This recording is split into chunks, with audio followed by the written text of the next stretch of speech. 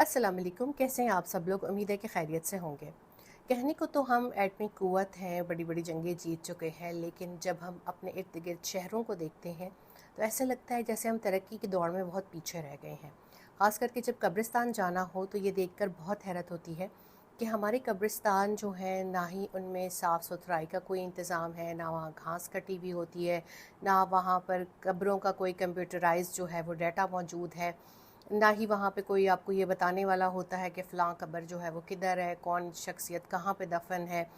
फिर जो है पौधे, जंगली जड़ी बूटियाँ, इस तरह की चीज़ें इतनी ज़्यादा होती हैं कि कुछ कब्रों तक भी पहुँचना मुश्किल होता है।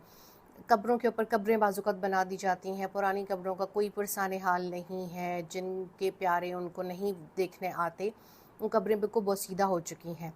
क्या किसी सिविलाइज़्ड कंट्री का कब्रिस्तान ऐसा होना चाहिए कि दिन में भी वहाँ जाते हुए खौफ महसूस हो?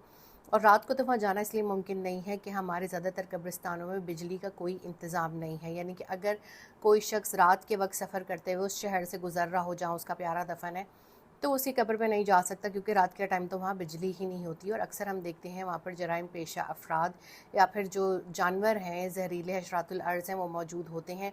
तो वहाँ जाना रात के टाइम तो बिल्कुल नामुमकिनात में से है। लेकिन हमने कब्रिस्तान को ऐसा बनाया हुआ है कि दिन में भी जाते हुए खौफ महसूस हो।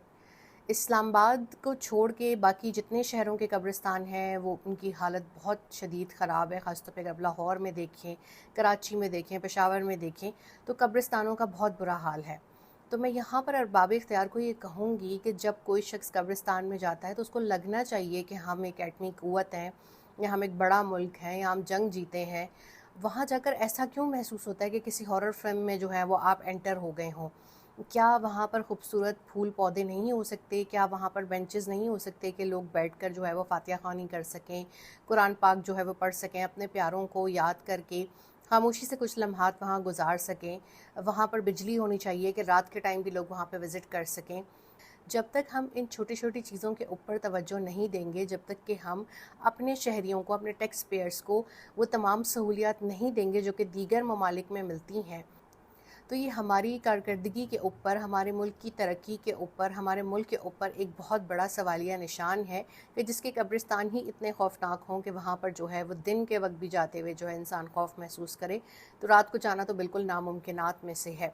अगर आप गोरों को देखें, उनके कब्रिस्तानों की तरफ देखें तो प्लेन घास होती है, हर तरफ जो है कत्बे लगे हुए होते हैं, लोग वहाँ जाके चटाइयाँ बिछा लेते हैं, अपने प्यारों को याद कर रहे होते हैं, अपनी जो है वो इबादत कर रहे होते हैं। लेकिन यहाँ पर ऐसा नहीं है, और जिस तरीके से जो है इनको निगलेक्ट किया जा रहा है, ये गलत